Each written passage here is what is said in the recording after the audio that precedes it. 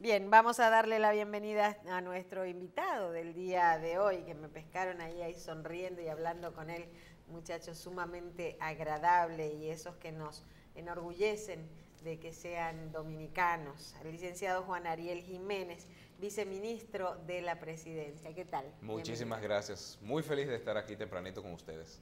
Bien. Muchas gracias, muchas gracias. Bienvenido. Gracias. Y así como dice Marcela, que le dijo muchacho, ¿verdad? Porque nosotros somos viejos. Usted. Okay.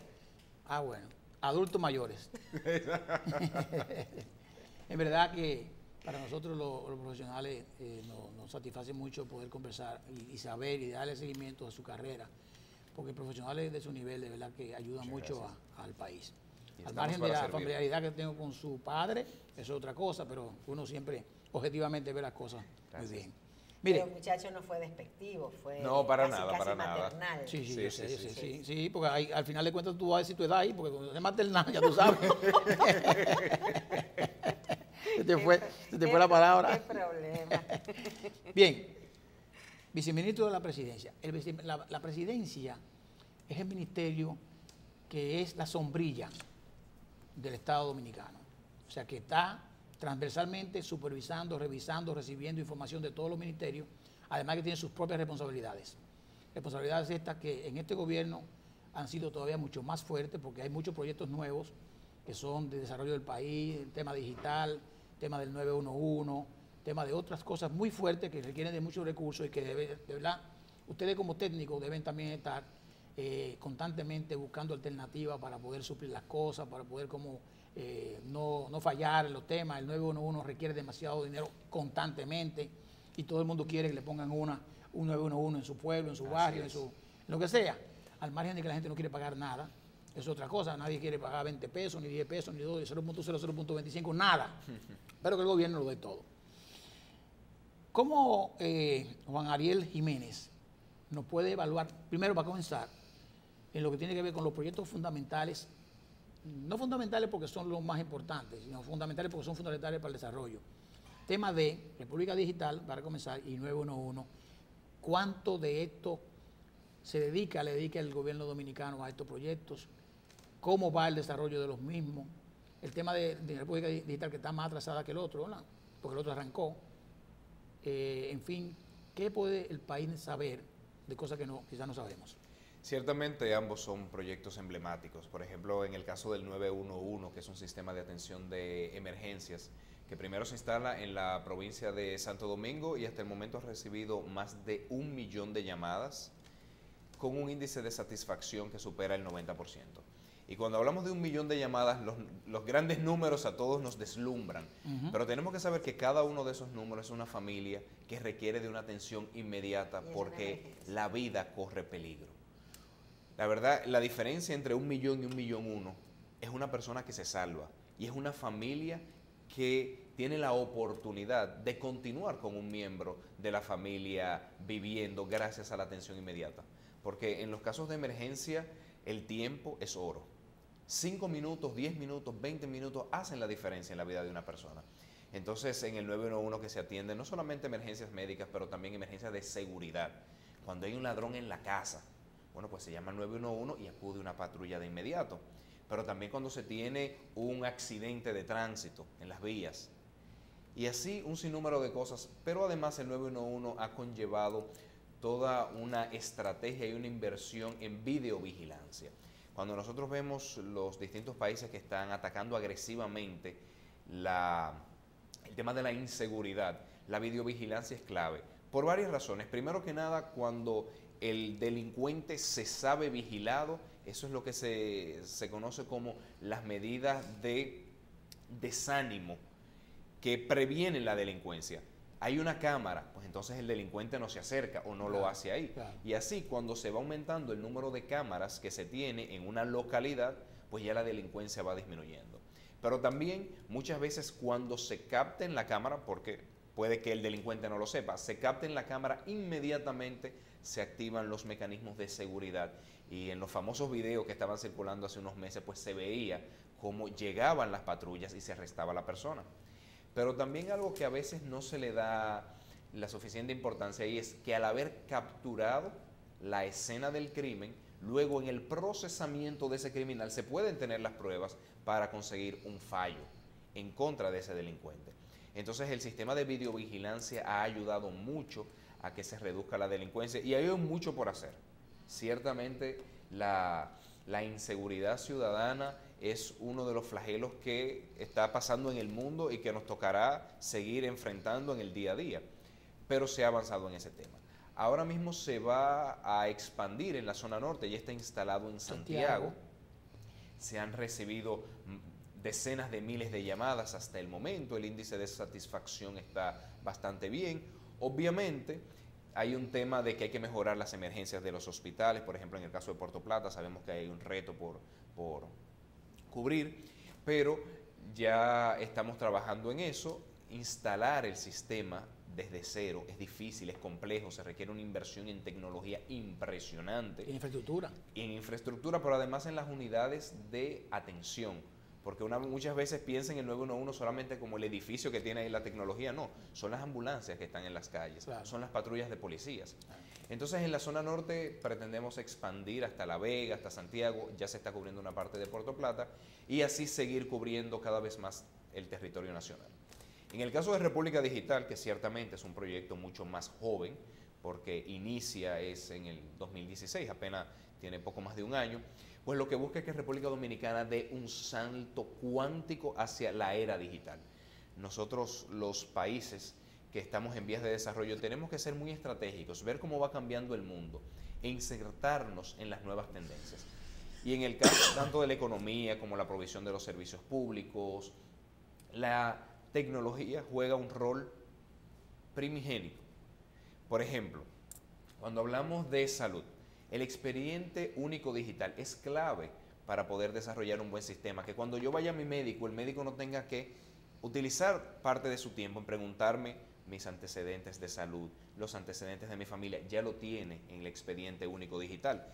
Pero así también cuando se va a un paciente en condiciones de emergencia, pues ahí si es alérgico, si es alérgico se sabe de inmediato. Y si es diabético, cualquier emergencia. Se puede actuar mucho más rápido. Entonces eso es solamente por dar un ejemplo del rol que puede jugar la tecnología en mejorar la provisión de los servicios públicos, pero también en la economía. Ahora mismo nosotros tenemos empresas tecnológicas que con miles de empleados producen más que un país completo. Entonces nosotros quisiéramos apostar a que los jóvenes dominicanos puedan insertarse en esa nueva era digital, puedan a través de sus competencias de programación, de desarrollo de aplicaciones, de software, desarrollar su pequeña empresa. Y nadie sabe si uno de ellos, que hoy lo vemos en las calles, puede ser un gran empresario del futuro. Usted, licenciado, es viceministro de la Presidencia y uno habla de vamos a decir, de las obras emblemáticas en las que estamos trabajando, pero hay dos temas más. Uno, el reto de buscar los recursos para todo esto. La presidencia es, ¿verdad?, yo diría que el ministerio de los ministerios. Y luego de eso están los trabajos regulares ya de todo lo que es los proyectos regulares de todo el país, no solo los proyectos que se están trabajando. A nivel de recursos, usted es economista, ¿cómo usted ve las recaudaciones? ¿Cómo usted ve que República Dominicana tendrá que resolver su problema fiscal? En los últimos días hemos hablado bastante del tema y vemos que se habla de pacto fiscal, de presión de 14.9%, presión fiscal, de que si se van a mejorar las recaudaciones combatiendo la evasión y hablando de las exenciones fiscales. ¿Cuál es su opinión? Ciertamente, República Dominicana tiene muchas necesidades. Cuando uno ve todos los sectores, uno dice, una educación con el 4% tiene todavía más necesidades que cubrir. Salud. ¿Cuánto no quisiéramos invertir nosotros como porcentaje del PIB en salud? En seguridad ciudadana, en vivienda, en manejo de los desechos sólidos, de las aguas servidas. O sea, es mucho lo que queda por hacer en República Dominicana, pero como usted dice, se necesitan recursos. Porque cada uno de nosotros quiere que inviertan más, pero nadie quiere pagarlo muchas veces. Eso es normal en la sociedad, sobre todo en donde digamos que el pacto social está tan debilitado en países como República Dominicana. Y con una presión fiscal que ronde el 14%, 13.8%, 14%, y que a veces sube por ingresos extraordinarios, que se vende una compañía dominicana, una multinacional y hay ganancia de capital, pero eso no es sostenible. Entonces, obviamente sí que se requieren más recursos y para eso, pues normalmente queda o reducir la evasión o aumentar los impuestos. Hasta el momento lo que se ha hecho es atacar fuertemente la evasión y la elusión fiscal. Cada vez se hace más difícil porque con el sistema de exenciones y exoneraciones que tenemos, siempre hay un hueco por donde irse. Y ya se constituyen derechos adquiridos que las empresas citan. Entonces, pues ahí también la inversión en tecnología es fundamental para poder detectar esos casos y atacarlos a tiempo. Pero también un fortalecimiento del régimen legal. Por ejemplo, la recientemente aprobada ley de lavado de activos, la 155-17, al tipificar el delito tributario como precedente de lavado de activos, eso fortalece la capacidad del organismo regulador porque el lavado de activos es un delito autónomo. Sí. Se puede procesar de una forma mucho más eficiente esos casos. Entonces, en una combinación entre, digamos, reducción de la evasión fiscal, que a eso tenemos que apostarle, la meta es conseguir por ahí un poco más de 0.5% del PIB, una meta ambiciosa, pero se está trabajando en eso. Y en el futuro, pues a través del pacto fiscal, la sociedad tendrá que decir, si se quiere este tipo de inversiones, tendremos que poner este tipo de impuestos. El tema está claro en el que las personas siempre dicen, bueno, pero es que quisiéramos administrar los recursos de una mejor forma, no es pagar por pagar. Y eso es cierto, también hay mucho espacio de mejora en la administración del presupuesto. Y se ha trabajado en ello, por ejemplo, a través de la cuenta única del Tesoro, donde cada uno de esos ingresos que tenía los organismos del gobierno dispersos a su disposición sin rendir cuentas, no, ahora todo va a una cuenta única. Y de ahí se reparte a través de la ley de gasto público. Eso es una gran mejora que se tiene. Pero viceministro, usted dice que hay dos formas, o combatir la evasión o subir los impuestos, y eso uno lo entiende. Pero desde el punto de vista de ingresos. De ingresos, pero eso no choca cuando usted escucha, por ejemplo, a Donald Guerrero, el ministro de Hacienda, decir, bueno, pero es que ya no podemos, como quiera, ya no podemos subir, en una eventual reforma, no podemos trabajar con el ITEVI porque el ITEVI está en el 18, que es una tasa alta. No podemos trabajar con el impuesto sobre la renta porque es alto. Entonces, ¿dónde es que estaría un aumento de impuestos? Porque eso la gente tiene que entenderlo. Justamente por eso decía que el gobierno ha priorizado. Pero también, claro, te dice, pero República Dominicana tiene un 14.9 hoy de presión tributaria, cuando el promedio de América Latina es 21.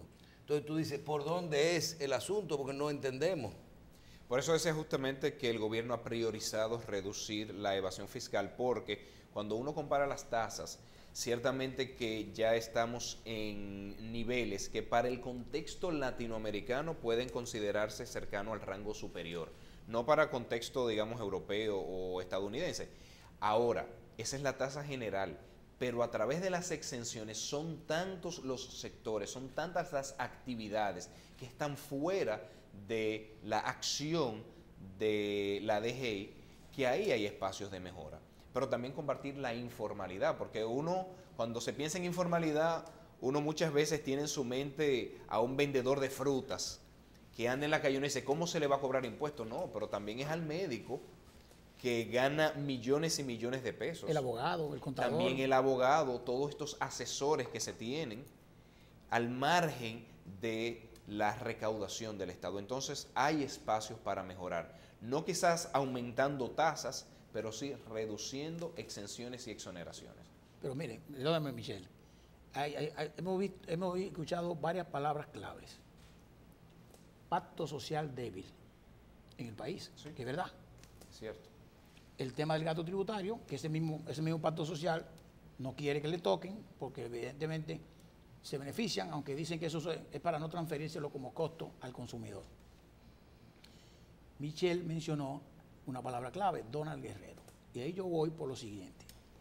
Cuando usted hablaba de la ley 155-17, muy bien, que se supone que es una modificación esperada de la ley 72-02 por presiones internacionales, vamos a decir Gafi, sí, Gafilat, en manera particular, para que lo que nos van a revisar, y que teníamos que estar a tono con los lineamientos internacionales, que esto es correcto, para controlar el delito del lavado. La ley se promulga y lo que se dice es, bueno, una ley para fortalecer el Estado. Además viene una revisión en octubre de la FILAT y esto debe estar a tono con esto. Sin embargo, Donald Guerrero ha dicho una cosa, que ahí sentado el otro día había dicho Pelegrín Castillo. Pelegrín Castillo había dicho que él entendía que la ley de lavado el gobierno estaba usando para recaudar fondos de impuestos. Para nada. Pero lo dijo él y también lo insinuó Donald Guerrero. Y yo quiero que lo aclaremos, porque él dijo, esta ley también será usada para recaudar fondos desde el punto de vista fiscal. Y eso no debe ser así. Y si lo ven así, entonces va a distorsionar inclusive los que vienen a revisar al país, van a decir, este no es el objetivo fundamental, porque al ponerse como delito precedente, la evasión fiscal, lógicamente, bueno, pues vamos a recaudar, pero es indirectamente. Lo que se supone que lo que no queremos tener es evasores. Pero si tenemos evasores fiscales, bueno, pues usted es responsable de esa evasión. Pero explíquenos usted, porque creo que Donald Guerrero lo explicó mal. Bueno.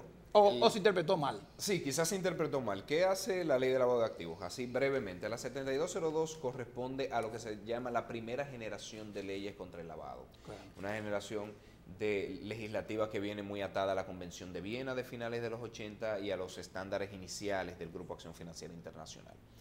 Obviamente, ya nosotros vamos por una cuarta ronda de evaluación mutua en el tema de Gafi. Los estándares son actualizados en el 2012. Una serie de convenciones se firman posterior a la Convención de Viena. Está Palermo, por ejemplo. Está la Convención de Mérida contra el financiamiento del terrorismo. Entonces, cuando el país va a actualizar su marco legislativo, claro, ahí tiene que realizar un sinnúmero de acciones que voy a citar muy brevemente. Tiene que aumentar el número de delitos precedentes de lavado. Claro. Lo pide el mismo Gafi. Claro. Pide delito tributario, delitos ambientales, de propiedad intelectual, de alta tecnología, de propiedad intelectual. Entonces, eso hay que hacerlo por exigencia de los organismos internacionales, pero qué bueno, porque eso es fortalecer el marco institucional de un país. De acuerdo. Tiene que aumentar lo que se conoce como el universo de sujetos obligados. ¿Obligados a qué? A ayudar al Estado a prevenirse del lavado de activos. Ahora mismo, por ejemplo, cuando se dice los abogados, los notarios son sujetos obligados. Los contadores públicos. Los contadores públicos. ¿Qué se está diciendo? Ustedes tienen que hacer debida diligencia para cuidarse que no los utilicen como medio para lavar activos. Ya no es solamente bancos, ahora es ese sector. Los no financieros. Exactamente, los no financieros. Tienen que aumentar las penas para que sean proporcionales y disuasorias. Entonces, ahí hay un aumento en el número de años que digamos que se le imputa a una persona cuando se prueba ha cometido un delito de lavado. Y eso les ataca a todos. Eso también ataca al funcionario público. Claro, que por enriquecimiento ilícito... A los PEPs. Exactamente, las personas políticamente expuestas, que por enriquecimiento ilícito introduzcan dinero en la economía proviniendo de una actividad fraudulenta. Claro. Pero también al sector privado, que cuando evade impuestos, que cuando degrada el medio ambiente para enriquecerse, pues entonces también serán perseguidos por lavado. Entonces, ¿por qué se puede pensar que es una ley que va a tener impacto tributario? Yo creo que por dos razones. Primero, como el delito tributario es precedente de lavado, obviamente se quiere que eso mande una señal que reduzca la evasión, que se diga, ahora tengo una nueva arma y la tengo contra la empresa y contra las personas que asesoren también. Exacto. Contra el contador, contra el abogado que asesora a la empresa de cómo evadir y luego cómo lavar ese dinero a través del mercado financiero, pues ambos son perseguibles bajo la nueva ley de lavado. Así es. Y también de una forma muy indirecta es estableciendo los límites al uso del efectivo, que no se hace con fines de aumentar el cobro de los impuestos, para nada. Eso no significa grandes recursos. ¿Qué busca las limitaciones al uso del efectivo? Que las personas tengan que bancarizar sus transacciones. Que cuando se va a comprar un apartamento, que uno dice, bueno, mira, eso es lavando activos. Bueno, precisamente por eso ahora... usted sacó ese dinero o ese efectivo para poder pagar ese apartamento. Lo tiene que hacer a través del banco y el banco hace eso, que usted menciona, que se conoce como debida diligencia. Exacto. Pero también la trazabilidad del dinero. ¿De dónde vienen? Exactamente. Ah, bueno, hay un caso de un imputado que se está acusando de lavado de activos. Vamos a ver sus bienes. Sus bienes ya uno puede trazar el dinero porque fue a través de transferencias bancarias que quedan registradas. Que eso hace que por el impuesto a las transferencias se recaude más. Es 0.015 por cada 1000. Eso no es dinero. Estamos hablando de que un apartamento de lujo pagará 1.000 pesos, 1.500 pesos. Eso para fines de... No, eso es inmaterial. Es inmaterial. Eso es irrisorio. Sí. Entonces, que aumente, digamos, no sé, 200.000 pesos, 300.000 pesos, bueno, lo hará. Pero esa ley no busca Bueno, eso. si reduce la evasión, perfecto. Es sobre todo, reduce la evasión, pero no se hace para fines de reducir la evasión. Se hace para actualizar el marco normativo según los estándares internacionales que ahora se está exigiendo. Déjame, perdón, Michelle, porque para no perder este hilo. Yo estaba afuera, y Michelle lo estaba diciendo, cuando estaba en el estudio, pero yo digo, estoy conectado virtualmente. Yo vi que los empresarios están preocupados con el tema de la ley. Y están preocupados por varias cosas y no quieren transparentar que es por el tema del delito financiero, el delito fiscal. Eso es lo que yo pienso. Y ellos están tratando, se dice por debajo, que están tratando de modificar la ley que se acaba de recién promulgar. El Estado Dominicano, de la vicepresidencia, del Ministerio, ha oído esos rayos de propuestas del empresariado que quieren modificar esta ley. Todo cambio trae sus dificultades, todo cambio trae sus miedos. Yo creo que los procesos de reforma siempre son el fin del mundo anterior y el inicio de uno nuevo. Y nosotros tenemos que iniciar un nuevo mundo en donde se promueva la transparencia y donde pedir que se elimine la impunidad pase de ser un discurso a ser un hecho. Pero reducción de la impunidad nos ataca a todos. Ataca tanto al sector público, que tiene que reducirla, pero también al sector privado. Claro. Ataca también a los gremios. Es toda la sociedad. Entonces, en ese caso, pues el empresariado es el primero que está preocupado porque dice, si nos va mal en la evaluación del Grupo Acción Financiera Internacional de Latinoamérica, se nos disparan los costos de transacción con el exterior. Y eso es cierto. Pero también es ese mismo empresariado que luego se preocupa cuando hacemos las acciones necesarias para no quemarnos en la evaluación.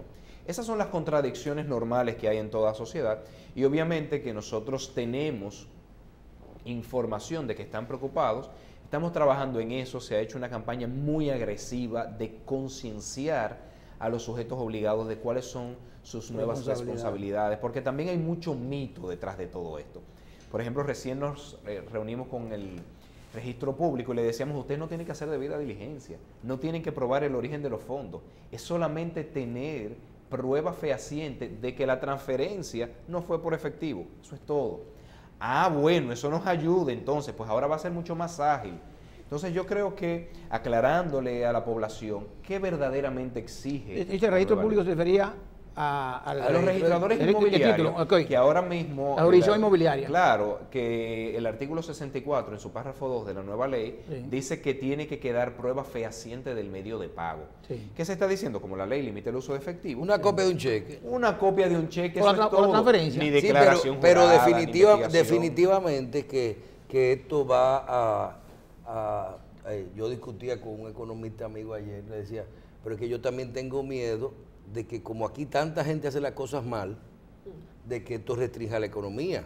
Y es una parte, o sea, la transición del proceso. O sea, muy bien, todos queremos las cosas bien hechas y queremos que la gente pague, pero... Hasta que no me afectan. Pero es que aquí hay tantas operaciones que se han hecho regular. Eso de ¿cuál es el valor del IPI de una propiedad?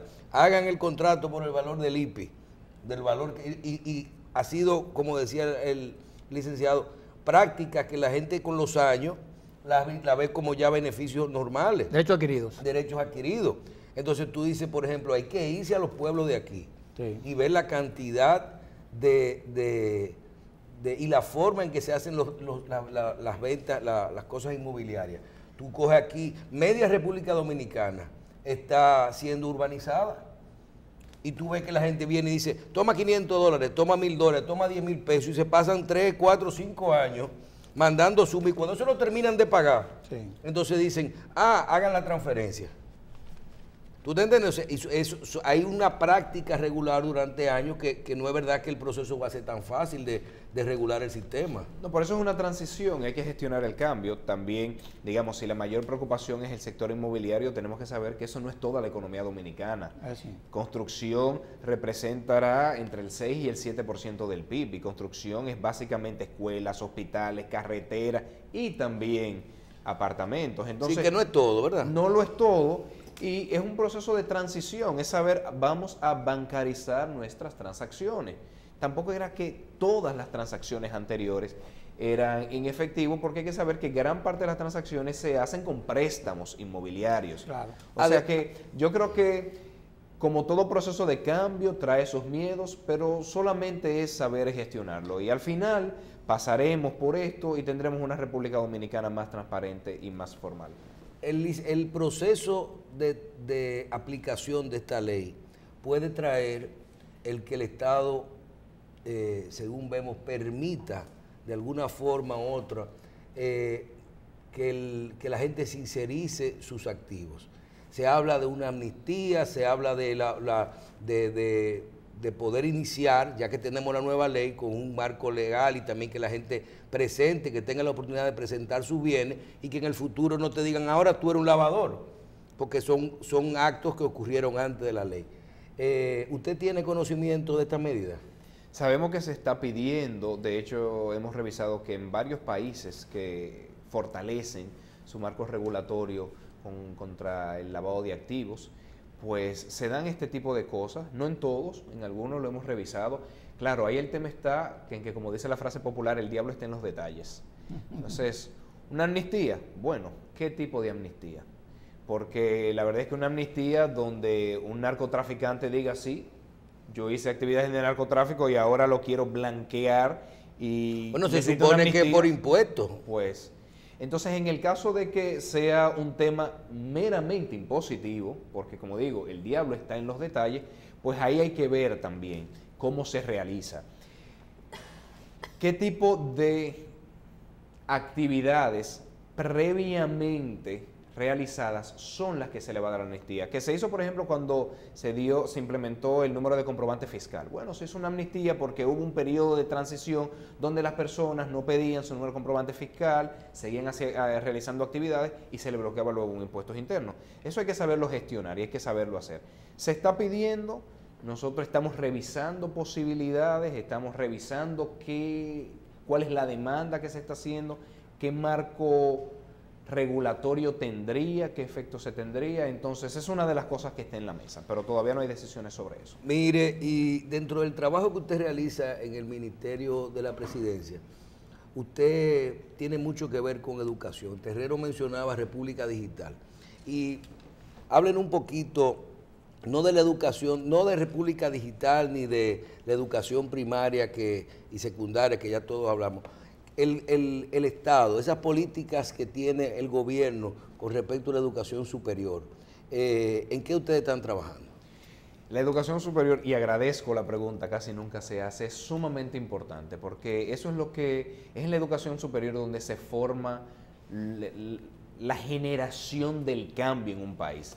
Es donde se forma no solamente, digamos, el maestro que luego va a transformar la vida de los niños en las aulas, se forman los médicos que luego van a estar decidiendo sobre nuestra salud, se forman los profesionales que luego van al gobierno a gestionar el Estado y van a las empresas. Entonces, en educación superior hay mucho trabajo por hacer. Obviamente, siempre está el tema de becas nacionales e internacionales que se dan. En el caso de becas nacionales, sumamente importante para darle oportunidades de acceso a la población, sobre todo a la de menor recursos. No tiene recursos, claro. Eso es importante hacerlo. Sí. En este caso, cada vez más se va destinando a áreas prioritarias donde se tiene información de que a través de esa formación se puede aumentar los ingresos de esa familia. Eso es sumamente importante. No es formar profesionales por formarlos, es en las áreas que el país realmente lo necesita. ¿Y usted está conforme, por ejemplo, con a mí me dicen, por ejemplo, que la relación el interés del presidente en este momento con respecto a la educación superior es de primer orden y que inclusive el Ministerio de la Presidencia a través suyo tiene un canal permanente con la ministra de Educación Superior ¿Es así? Sí, así es. Bueno, no solamente desde este momento, yo puedo decir que desde que inclusive de cuando doña Ligia. Así es, desde el 2013 es uno de los ministerios con los que más nos comunicamos, por varias razones. Primero, porque recibimos información de qué está necesitando el Estado. Muchas veces viene un ministerio y nos dice, voy a abrir esta área nueva y no tengo profesionales. Les voy a citar un ejemplo. El nuevo Ministerio de Energía y Minas en su momento necesita una serie de profesionales en técnicos especializados. de técnicos especializados en áreas donde anteriormente no eran comunes en el país. Pues nosotros vamos al Ministerio de Educación Superior y le decimos, bueno, tenemos que poner esto en becas internacionales, pero también educación, todo el cambio que se está haciendo requiere profesionales del más alto nivel. Pues entonces tenemos que comunicarnos con el MESID y, por ejemplo, en el 2015 se sacó una convocatoria especial solamente para educación. Ahora que estamos trabajando en el tema de salud, pues se necesita un cambio en la formación de recursos humanos en el sector salud.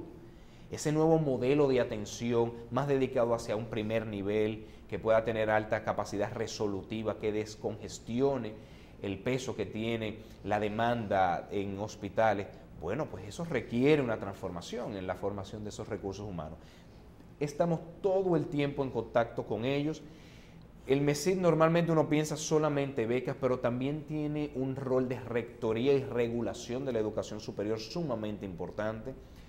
En el país no tenemos tanta experiencia, pero estamos insertándonos hacia regular las carreras.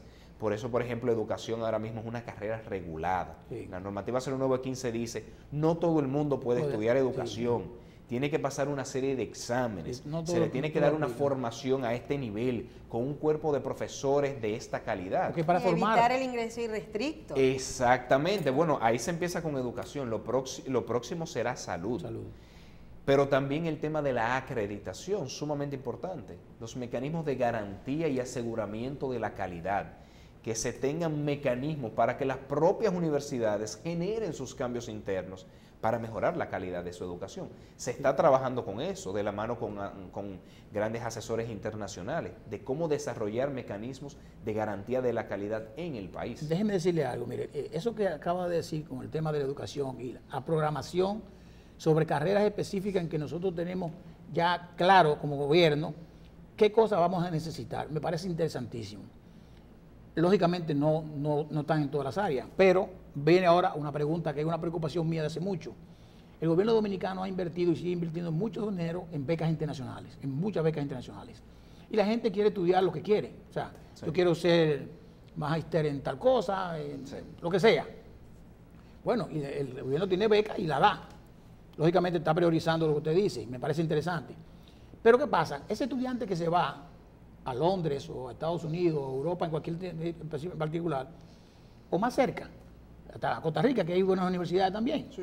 Puerto Rico. Puerto Rico, correcto. Ese estudiante tiene un compromiso con el Estado, que firma un contrato por 2 años. Así es. Donde dice, se compromete a que no puede ejercer trabajo particular hasta esos 2 años como compromiso para devolver al Estado parte de lo que el Estado ha invertido en él. El estudiante viene graduado con maestría o con su carrera de grado y no consigue trabajo en el Estado. El Estado no es un proveedor nato de empleo, pero le está diciendo que tiene que trabajar para él. Entonces, ¿qué pasa? ¿O qué ha pasado? Muchos jóvenes vienen aquí y duran 2 años pasando trabajo y no pueden trabajar con el sector privado porque están prohibidos. Otros lo violan y no le pasa nada. Otros se van y se quedan porque dicen, ¿qué voy a hacer en República Dominicana? El Estado me pagó para yo tener un mejor cerebro, o el mismo que tenía, pero más formado, y entonces me voy a Estados Unidos, me voy a Europa, o me voy a Canadá, que están pidiendo empleos. Y muchos de ellos terminan siendo conductores de vehículos en Uber, en República Dominicana. ¿Qué el Estado, ustedes en el Ministerio de la Presidencia, están pensando con eso? Y realmente si han visto esto como un problema. Un sinnúmero de detalles que es preciso aclarar. Ciertamente se le pide que retornen al país y trabajen en el país, pero se les da, digamos, un plazo que se pueden quedar fuera trabajando, sobre todo porque hacen pasantías que son sumamente interesantes y muchas veces uno aprende hasta más que en la maestría o en el doctorado. Entonces normalmente se le da 1 año, año y medio de lo que se conoce en inglés como waiver para que puedan quedarse y luego retornar. Un permiso. Un permiso. Y conozco muchos casos donde se ha ejercido ese permiso, ¿no? Y luego retornan al país mucho mejor profesionales que como salieron de la misma maestría. Okay. El requisito legal es trabajar en el país, no solamente en el gobierno. También ¿sí? Pueden trabajar en el sector privado sin ningún problema. Eso De lo hecho, habrán modificado porque antes no era así, creo. no, pueden trabajar en el país en cualquier entidad internacional, pública, privada, ONG. Okay. De hecho, la mayor parte de los casos van al sector privado. Es más, se tiene un diálogo constante con el sector privado para mandarle la matrícula de becados. Puedo decir que, por ejemplo, en el caso de Zona Franca, eso es año por año, que se le manda, tantos ingenieros químicos acaban de venir al país. Entonces, obviamente, sí que al inicio, sobre todo, es difícil encontrar empleo en un país con limitaciones económicas como República Dominicana. ¿Y presupuesto? ¿Cómo? Presupuesto para la educación superior, ¿se contempla aumentarlo? Bueno, va aumentando cada año. Normalmente ningún presupuesto aumenta tanto como nosotros quisiéramos porque tenemos, digamos, recursos limitados. Claro. Va aumentando cada año y se realiza de un sinnúmero de formas. Por ejemplo, ahora mismo el Ministerio de Educación va a invertir mucho dinero en formar docentes. ¿Dónde se forman los docentes? La formación inicial, en el sistema superior. Bueno, pero eso es recursos del Ministerio de Educación. Eso descarga al Ministerio de Educación Superior de toda esa inversión que anteriormente hacía para formar maestros y lo puede dedicar ese dinero en otras áreas.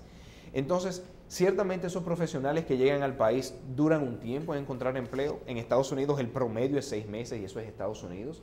En un país como República Dominicana puede tardar más. Se inserta en el mercado laboral, quizás no tienen todo el ingreso que aspiraban tener, eso es legítimo, eso nos pasa a todos, pero es una cuestión de tener paciencia. Y luego uno ve a esos profesionales, a pesar de su juventud, teniendo grandes puestos tanto en el gobierno como en el sector privado.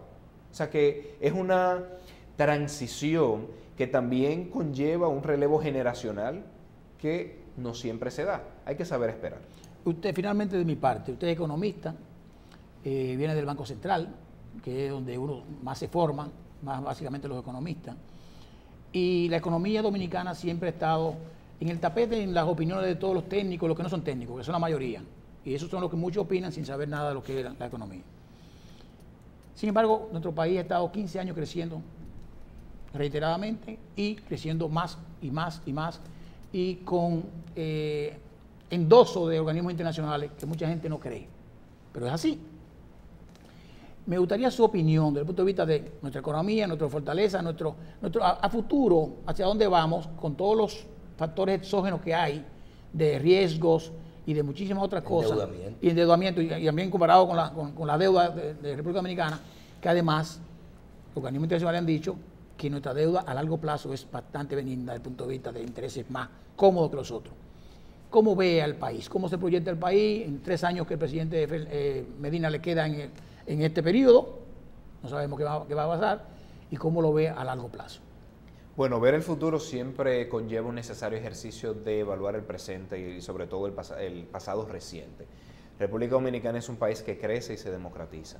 En los últimos 5 años hemos tenido un crecimiento de la economía superior al 30%.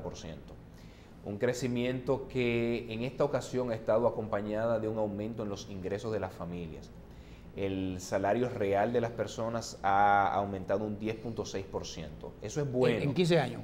No, en 5 años. En 5 años. En solamente 5 años, más de 10.6% de crecimiento real. Del ingreso real, que no es el salario. Que no es solamente, digamos, que es un salario que ya se le ha descontado la inflación. Y eso es importante porque Dominicana había experimentado un crecimiento donde no crecía el salario real. En los últimos 5 años sí se ha visto.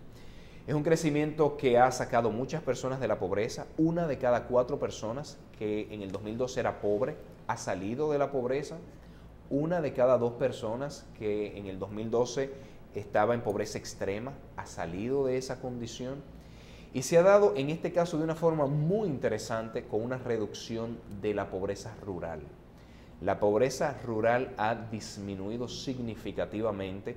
Más de un 50% de las personas en el interior del país en el 2012, anteriormente era pobre, ahora eso ha bajado a un 38%. Se proyecta que en este año, cuando tengamos las cifras de octubre sobre todo, se podrá ver una reducción significativa. Entonces es un crecimiento que ha sido distinto. Es un crecimiento que se ha generado en el marco de un déficit fiscal entre 2 y 3% del PIB, que eso es una reducción para lo que veníamos experimentando anteriormente. Un crecimiento que se ha generado en una reducción del déficit de cuenta corriente. Entonces, básicamente es un crecimiento más sostenible. Un crecimiento que está beneficiando a las personas, pero que no se está haciendo con un país que se está sobreendeudando, ni con un gobierno que se está sobreendeudando. La discusión si es sostenible la deuda o no, es una discusión donde nunca dos economistas estarán de acuerdo. Exacto. Aunque sean del mismo partido, aunque trabajen en el mismo lugar, en ninguna parte del mundo. Y eso es contrario menos. Claro, y uno se pone a revisar. Japón tiene una deuda de más de 200% del PIB. Y ningún economista, digamos, le preocupa eso. España, con una deuda del 60% del PIB, entra en una crisis. Entonces, siempre es difícil saber cuándo la deuda entra en un estadio de que no es sostenible. La verdad es que los mercados internacionales cambian de opinión de un momento a otro.